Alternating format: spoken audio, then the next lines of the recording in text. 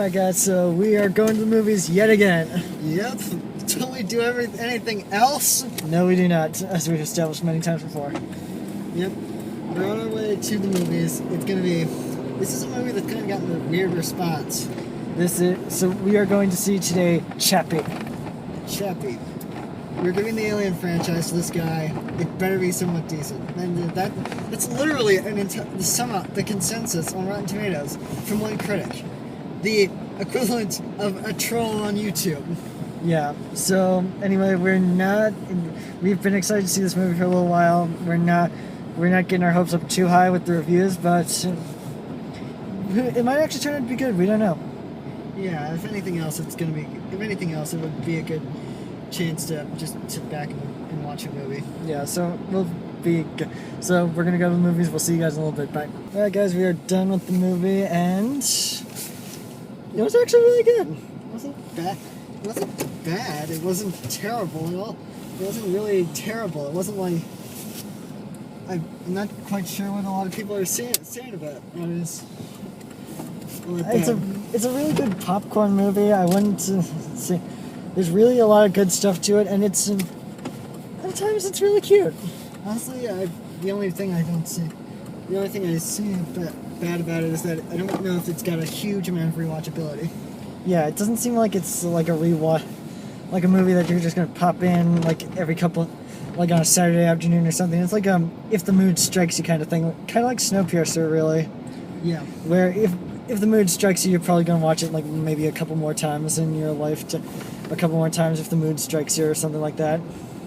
No, but let's just get into this. This whole movie, basically it's Neil Blomkamp pulling out his entire bag of tricks. He's got Sharpto Copley, he's got the dystopian future aspect, he's got the humans he's got the kind of acceptance sort of thing for the human condition kind of thing going on in its entirety.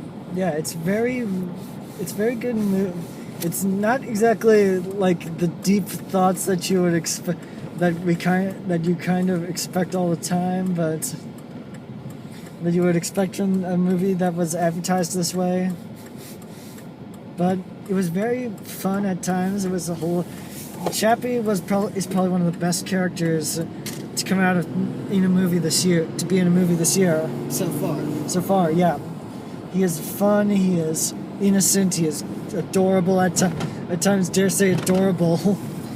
Yeah, the thing about, and I want to talk about the advertising a little bit. This movie, for the first trailer, it was advertised as sort of this kind of movie where they talk about humanity, what it means to be human, how a robot gains sentience and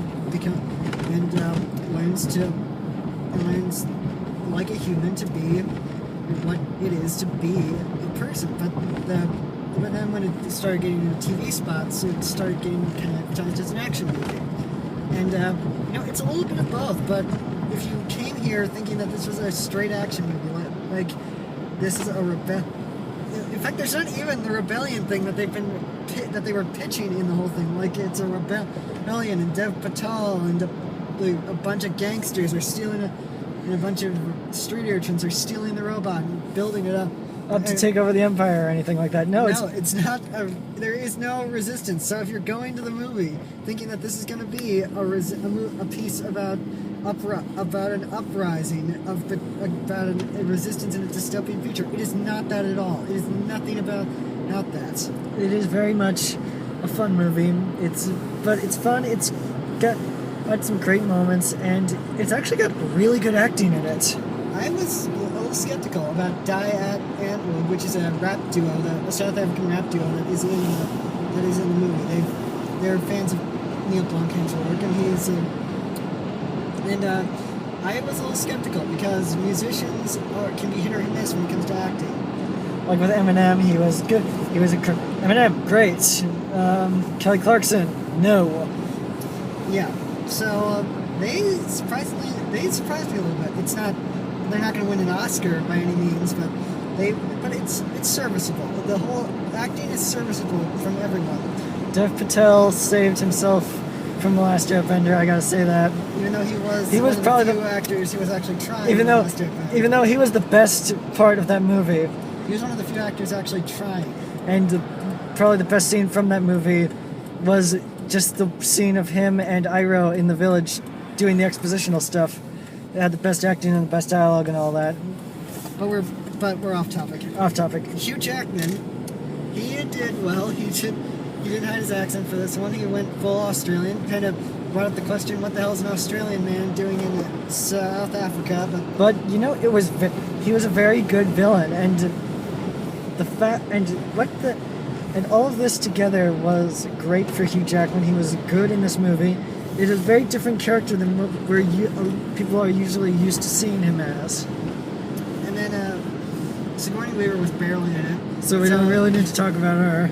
Yeah, she was barely in it. She played basically the same character she plays in a lot of these movies. Kevin Woods, Avatar. She was basically that condensed down to like a total of I'd like to say 10 minutes of screen time maybe. Yeah, and then of course we have to talk about the heart and soul of this entire movie.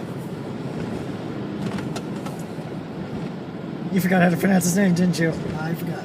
Okay, the guy who plays Chappie, we don't remember how to pronounce his name.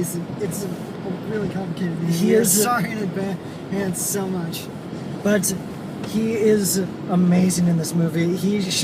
With just the limited amount of what he's done, of what this character is, he shows everything you could ever imagine from this character. We see him happy, we see him scared, we see him angry, we see him mad, we see him just curious. We see him. He's the perfect. He's a child.